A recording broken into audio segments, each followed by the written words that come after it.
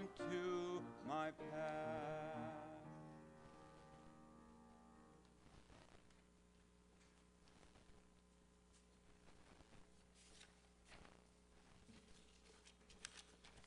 As we heard from the Gospel of John today, that we're still in the Christmas spirit. So if maybe for us, Christmas is over, but just want to remind you there are still many Christians around the world will celebrate Christmas on January 7th. So just think of that while it's over for us. Eastern Christians will celebrate, and we wish them Merry Christmas on their Christmas Day, January 7th. So Christmas still around us in many ways and in many spirit. Sometimes amaze us, sometimes surprise us, sometimes just make us our jaws drop down and we do not understand what God is doing. And I don't know what stage that you are facing today in your life. Maybe you are in an awe or ouch or wondering or not in a good spirit. But whatever you have, God asks you to bring this feeling into his presence, and he's telling us that all the feelings are legitimate and valuable and understandable by this little child. He's grown and became a little man that, as we talked last week when he went to the temple to tell his mother and his father, I am here to do my mission. As I grow in life, I remind myself, do not forget your commitment. As we grow in life, sometimes we forget the commitment that we made yesterday. And sometimes we take direction that's against the commitment that we made. But Christ taught us last week that when his mother and father, Joseph and Mary, was wondering, where have you been, little one? And he was telling him that I am where my Lord needs me to be. So today we are jumping into a different story, a different writer of the gospel who surprised us because he started his gospel in a different way. John is very famous for being different from the rest of the gospels. And I want to remind you that as Christians, we only recognize 4 gospels. We know there are many gospels outside of the canonical book. There are many gospels that's not legitimate and not recognized by our church. But as a church, Catholic, Christian, from all denominations, we only really put the seal and acceptance on 4 gospels. And we know all of them, Matthew, Mark, Luke, they are together. That's why we call them synoptic gospels. But why did you not want to put John as one of them? They say, John is a different one. What does the word synoptic mean? Synoptic means you can see them together. There is some similarity. There is some kind of like combination that you draw an image that's really together, you can see that. John is different. Why? John is different. First, he was the latest gospel that was written. And many scholars, even outside of the Christian world, we believe that he maybe could be written around 90 to 95 CE. So this is the time that was late. We're talking about now like around maybe 60 years after the death and resurrection of Jesus Christ. So Mark is the earliest, and John is the latest one. So we know that he wrote with a different perspective. When Mark and Luke were writing, the church was still invisible thing. But John saw many things happen in a church. So when he wrote this gospel, he was actually, yes, talking about Christ's life, but also he was reflecting on something happened in his church. So that's why he started in a very strange way. He did not talk about the birth. How can I open the first gospel, the first page of the gospel, and I did not see anything about the birth of Jesus Christ? As you heard, it's all about the Logos. It's about the Word that was God, and the Lord that is, and the Lord that became. And there is nothing about this baby Jesus. What happened? There is nothing in his gospel about Jesus being baptized by the Baptist. There is nothing in his gospel about the temptation in the wilderness. He did not talk about parables. He was not interested to tell us about what kind of parables that Jesus talked about. Not mention the Last Supper, the agony in Gethsemane, the ascension. So why John is writing if he is not sharing these big stories? And one of the scholars said all the other characters is telling you about Christ, what Christ was doing, and all like Christ the Messiah, Christ the servant, Christ the descendant of Abraham. But with John, he's telling you he's the God that's coming from above. All the other guys are kind of like giving you the side vision. Just you seeing Christ from around, but none of them have the drone. Think about that, you know? See how beautiful sometimes when you get the image of the drone showing you things from above. It gives you a different perspective. When you look at something or someone from a different angles, it changes the way you think and the way you see things. So John is very unique. He's not looking around. He's just coming from above to show you the depth of who Christ is. If the other gospel is telling us what Christ did and achieved in his ministry, but John is saying, who is this guy? If you are amazed by how many miracles he made, how many lives he touched, and everybody is in an awe from what Christ did, but John takes us into a deeper level saying, who is this guy? How can he be able to do all of these things? So in this gospel, as he started to talk about him being the Word, and he's really bringing two worlds together. This is not just a philosophical song. This is a dilemma. So if you want to talk about Christ being coming from above, that's not new. There are many religions before Christianity that believe of semi-gods. The Greeks have no problem. If you tell them he's like Zeus, or he's a half man, half human, he's a product of affair between a beautiful woman and God who came from heaven, and thus they married together and produced. So if you are coming from the Greek culture, that's not strange. Yes, we get used to semi-God, semi-man, divine perspective. So John is trying to say, yes, he's a unique, but he's not like this little half man, half human. He's a very unique to be, he is God. He's not just a resemblance. He's not kind of like he's less than the big God. He is God himself. So that's the first dilemma he's facing. So the Greek will agree with him, but they will misunderstand the value of who Christ is. He will be, in a simple way, if I can put it this way, he will be God with the little g, not the big God, not the only God. He's one among many gods. So they will accept you, but they will accept you with the wrong perception.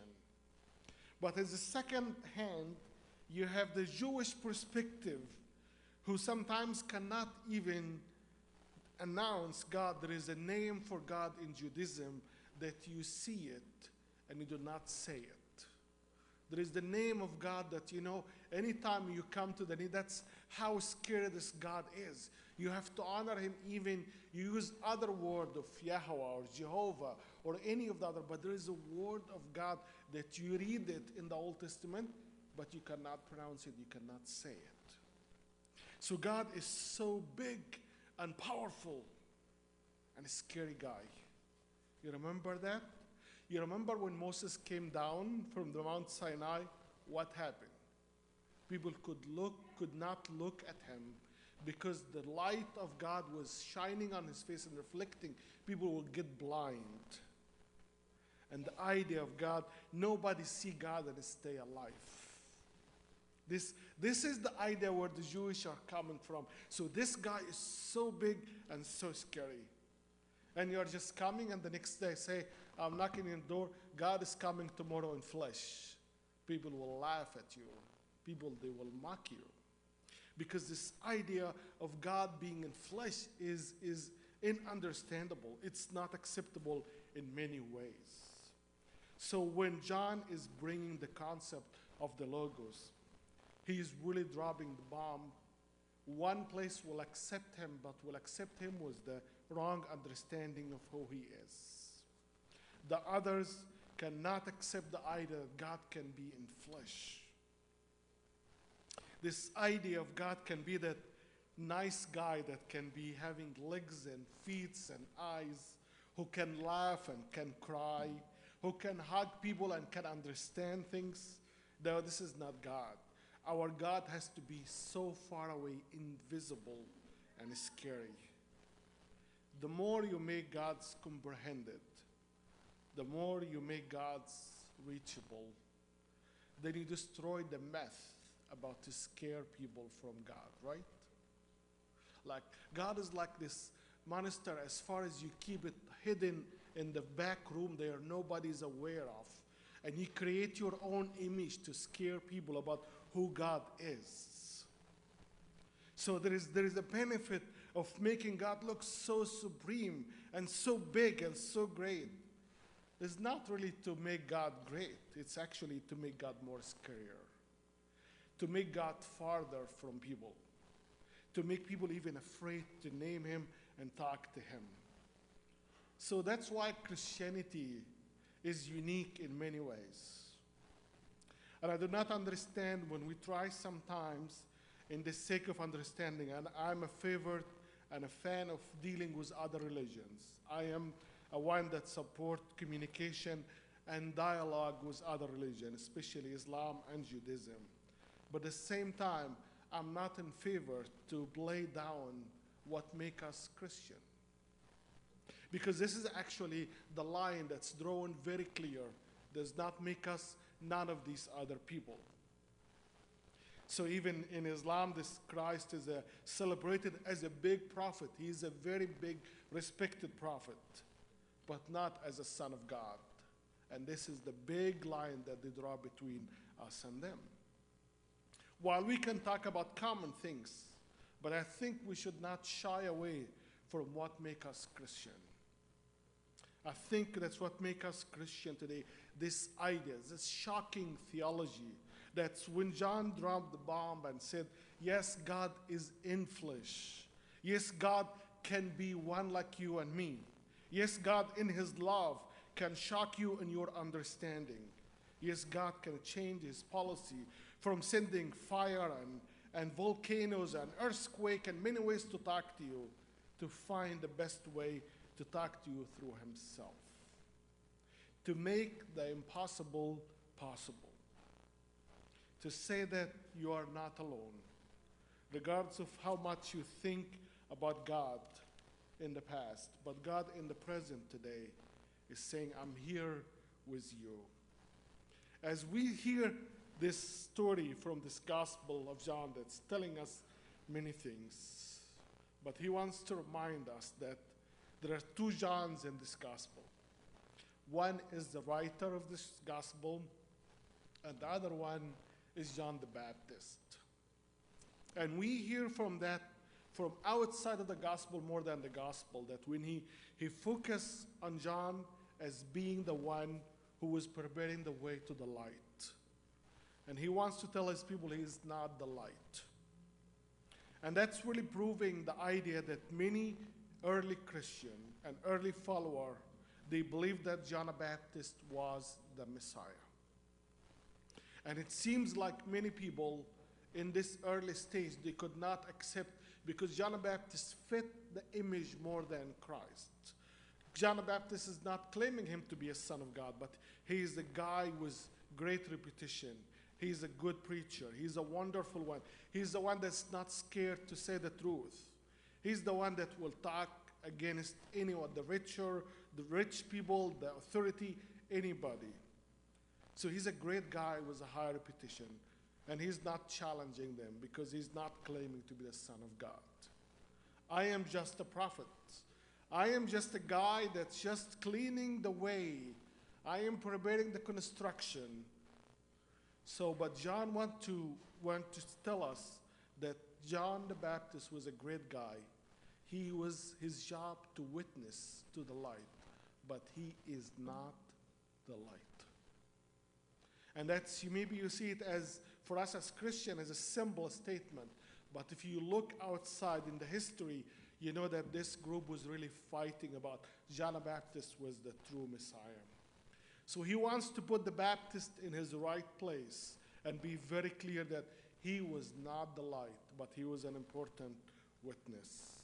And as we see that today, we see that God is talking to us to know that we are witnessing, we are preparing the way.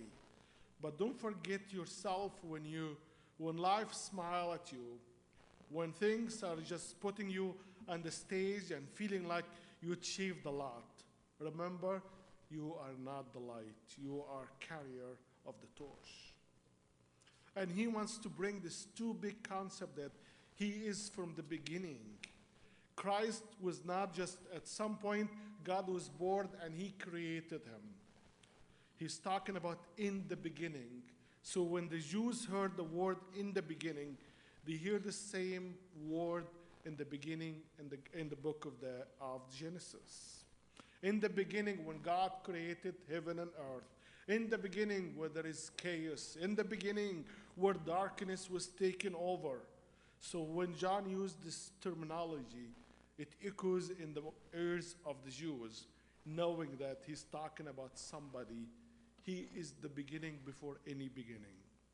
He is the one that he existed by himself. So he's trying to show that he is different from God the Father, but he's equal in his essence, in his background, in his strengths. He was also not a sleeping God. He's an active God. He was actually the word that was telling to put things in order. So as we hear and we see that today, that there are many things that I can overwhelm you with in this rich part in the song of the Logos song. But really, I want to highlight these little things and close with you that he wants to tell us that God in Jesus Christ is a creator. He was not sleeping until the incarnation happened 2,000 years and God said, son, wake up, your mission is on now, go down to earth and play the role as a child and go and do all of these things. He wants to show us his existence was before time, when we know Christ in flesh, but Christ as a being, he existed from any existence. He was from the beginning, and he was not a sleeping God, he was an active God. And when this God is creating, he was putting things in order. He was putting the big sharp division between light and darkness. He wants to bring that he's a creator, he's the source of life, he's the one who puts order into any kind of chaos. This is the guy that you are dealing with. And with even all these criteria, when he came to earth, what happened to him? He created earth. He created the universe. He created the human being. And what happened? When you create something, when something that's made out of your mind and your hand, it's yours. They became part of you. And you are so happy to see them growing. And then what do you want to do? When you go, you want to feel home. You want to feel welcome. You want to feel celebrated as the creator, the inventor, the one who put things together and bring life and meanings into life. What actually is, John is shocking us that he came home to his people, to his earth, to these beings that we call a human being that he created. And what was the result? Rejected, not recognized, not celebrated, not being treated fairly, not really understanding how this could be. But this is really the message that the Lord is giving us today, that who more deserve to be recognized as the creator, the one with the glory and honor. And even with everything he did, he was not really respected. He was not received. It was come, we all human beings believe in you and understand you. Look at his life as a child. Look at his life as a minister for 3 years, struggling even to convince his own 12 disciples who he is. So this is a story that looks like a sad story, but God tells us God still creates even when we make chaos. The problem that when God makes order, we do not stop messing with God's work. The problem is not with God putting things in order and say, this order is not good. We are like children. We like to create chaos again. But God say, even with your limited understanding, even with your messing up with many things that God did, God keeps working. God's grace do not give up on you. God's grace comes to say that I'm here with you. I dwell with you. The Shekinah, God is being with us as the same way that the tabernacle was in the tent in the Old Testament. So God is physically and spiritually is with us and will be. And unless you are touched by his light, you will not be able to see him. Unless you are touched by his love, you will not understand what that means. Unless you are touched by his gentleness and kindness, you cannot be kind even to your own self. I pray that the spirit of Christmas to stay with us and the presence of the Logos to be visible and touchable among our life. Amen.